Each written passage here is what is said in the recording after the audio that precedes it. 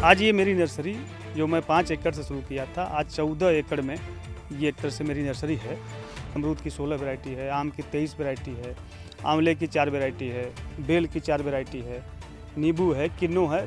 Sir हम college में पढ़ते हैं, प्रैक्टिकली देखने आए हैं कि आम, अमरूद और अन्य पौधे को कैसे तैयार किया जाता है। टर्नओवर अभी हमारी नर्सरी का लगभग 1 करोड़ से कुछ ऊपर रहता है आसपास।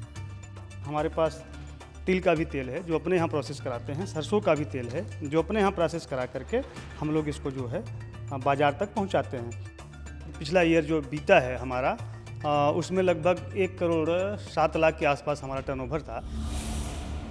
आज हम वाराणसी जिले के बबियाओं गांव में पहुंचे हैं और यहां पर आपको एक ऐसे किसान से मिलवाने जा रहे हैं जिनके पिता ने कहा कि बेटा किसानी में, खेती में अब कुछ नहीं रखा है, कुछ और करो, सरकारी नौकरी की तैयारी करो। बेटे ने उनकी बात मानकर सरकारी नौकरी की तैयारी भी की, नौकरी भी लग गई, लेकिन मन नहीं लगा और वापस लौट आए किसानी की तरफ, खेती की तरफ, बागवानी की तरफ। और आज उन्होंने वो मुकाम हासिल किया जिसके बाद वो अपने बेटे को भी अब किसान ही बनाना चाहते हैं। हम बात कर रहे हैं इस गांव के रहने वाले शैलेंद्र रघुवंशी की, जो इस समय हमारे साथ में मौजूद है। और ये उनकी नट हाउस में लगी हुई नर्सरी। आखिर क्यों खास है ये नर्सरी, ये इन्हीं से जानते हैं। शैलेंद्र जी, पिताजी क्यों नहीं चाहते थे कि आप खेती से जुड़ें? क्योंकि वो लोग भी पारंपरिक खेती करते थे, जैसे गन्ना है, मक्का है, धान है, गेहूं है, तो उसमें इतनी ज़्यादा इनकम नहीं थी उस समय और पैदावार भी कम होती थी, परेशानी भी ज़्यादा थी, मेहनत भी ज़्यादा था। तो उन्होंने कहा इसमें मेहनत बहुत है और मेहनत के हिसाब से आय कम है, तो कोई और काम देख लो, अगर सरकारी सर्विस देख लो, अगर वहाँ होता है तो ठीक है, नहीं कोई और काम देख लो। फिर मैं प्रयास किया और 2002 में जब यहाँ पे समूह की भर्ती आई तो उसमें मेरा सिलेक्शन भी हुआ। लेकिन मेरा मन था कि कुछ मुझे ऐसा काम करना है कि अर्थ के साथ साथ समाज का भी भला हो और सामाजिक रूप से जुड़ करके मैं समाज के लिए कुछ कर सकूं, इसलिए मैं फिर अपने खेती को चुना। आप ये बताइए, सिलेक्शन हो गया तो ज्वाइनिंग की या नहीं की, या पहले ही छोड़ दिया? मैं ज्वाइनिंग किया था, लगभग 1 सप्ताह तक मैं ड्यूटी भी किया था। उसके बाद मेरा मन उस नौकरी में नहीं लगा, मैं छोड़ दिया उसको। इसके बाद आने के बाद मुझे ये लगा और मैं देखा कि गांव से युवाओं का पलायन बहुत तेज़ी से हो रहा है, गांव में कोई रहना नहीं चाहता, क्योंकि खेती घाटे का लोग मानते हैं। अपने बेटे को कोई खेती कराने नहीं देता। शुरू में तो हमारे पिताजी की भी सोच ये थी, लेकिन मैं उनसे कहा कि नहीं, मैं इस तरह का काम करना चाहता हूँ, तो उनका पूरा सपोर्ट मुझे मिला और एक तरह से सपोर्ट के साथ साथ पूरा मार्गदर्शन भी।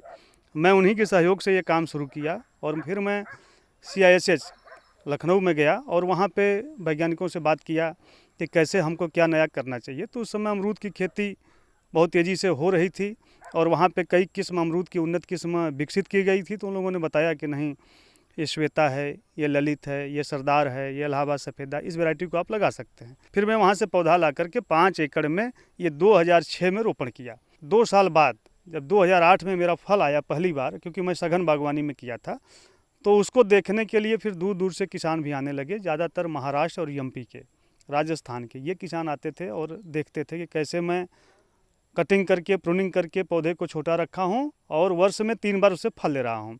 और फल को मैं खुद से तोड़ाई करवाना, ग्रेडिंग करना, पैकिंग करके उसको मार्केट तक मैं खुद पहुँचाता था। जबकि होता क्या है कि अधिकतर किसान किसी न किसी व्यापारी को अपना बाग बेच देते हैं, तो व्यापारी मुनाफा कमाता है, न कि किसान।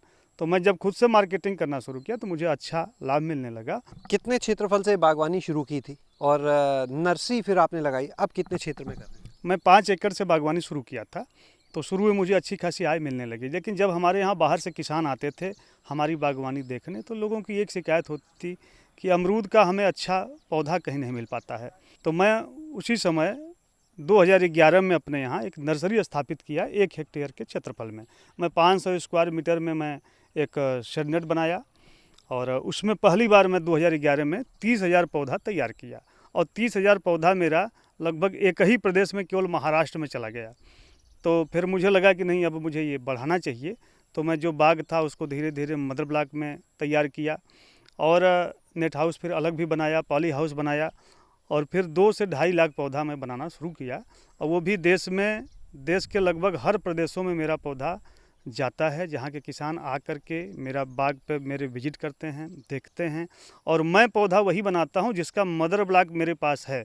और उतने नहीं, अगर वो मदर ब्लॉक मैं ला के अपने यहाँ लगा लिया, जब तक उसमें फ्रूटिंग नहीं आता है तब तक मैं उसका पौधा नहीं बनाता हूँ। जब मैं उसकी फ्लावरिंग और फ्रूटिंग देख करके अपने संतुष्ट हो जाता हूँ कि नहीं, ये फल या ये पौधा अगर हम किसानों को देंगे तो उनको एक अच्छी आय मिल सकती है। तो फल और फल की साइज, क्वालिटी और उसका पौधे का उत्पादन देखने के बाद ही हम किसी को गारंटी पूर्वक कह सकते हैं। अब कितने क्षेत्रफल में है ये नर्सरी जो 1 हेक्टेयर से और 30,000 पौधों से शुरू हुई? आज ये मेरी नर्सरी जो मैं 5 एकड़ से शुरू किया था, आज 14 एकड़ में ये एक तरह से मेरी नर्सरी है। और मैं लगभग 13 प्रकार के फलों का अपने यहाँ मदर ब्लॉक लगाया हूँ। उसमें अलग अलग वैरायटी है, जैसे अमरूद की 16 वैरायटी है, आम की 23 वैरायटी है, आंवले की 4 वैरायटी है, बेल की 4 वैरायटी है, नींबू है, किन्नू है। तरह तरह का पौधा मैं अपने यहाँ से ले आकर के उसको लगाया और फील्ड पे देखा। जब उसका फल अच्छा लगा तो मैं आज दे रहा हूँ। आपके पिताजी आपको किसान नहीं बनाना चाहते थे, आपने मॉडल बदल दिया। आप अपने बच्चों को क्या किसान बनाना चाहते हैं? नहीं, मैं तो चाहता हूँ कि मेरे भी बच्चे इस व्यवसाय से, खेती से, व्यवसाय क्या, इसको एक तरह से ये भूमि हमारी, ज़मीन हमारी माँ है और इससे जुड़ करके अगर हम काम करें तो ये हमारे हित में भी रहेगा और समाज के हित में भी रहेगा और राष्ट्र हित में भी रहेगा। इस समय यहाँ पर शैलेंद्र जी के बेटे भी हैं, उनसे भी हम बात करेंगे, क्योंकि पिता ने तो कहा वो चाहते हैं बेटा किसान बने, लेकिन क्या बेटा ये चाहता है? क्या नाम है आपका? जी सर, मेरा नाम ओम रघुवंशी है।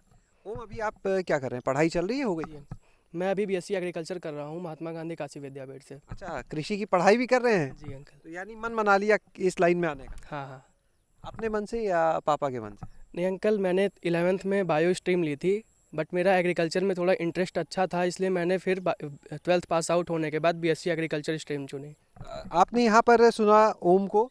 और आपको एक चीज़ और बता दें कि इस फार्म पर कई जगह से एग्रीकल्चर यूनिवर्सिटी और जो कृषि से जुड़े महाविद्यालय हैं, कॉलेज हैं, वहाँ के छात्र छात्राएं भी आते हैं इस नर्सरी के मॉडल को देखने के लिए, कैसे यहाँ पर काम होता है, इस प्रैक्टिकल को सीखने के लिए। उनसे भी अब हम आपकी बात कराते हैं। सर्वेश जी, आज यहाँ पर आने का क्या मकसद? सर हम कॉलेज में पढ़ते हैं, प्रैक्टिकली देखने आए हैं कि आम, अमरूद और अन्य पौधे को कैसे तैयार किया जाता है और किस विधि से तैयार किया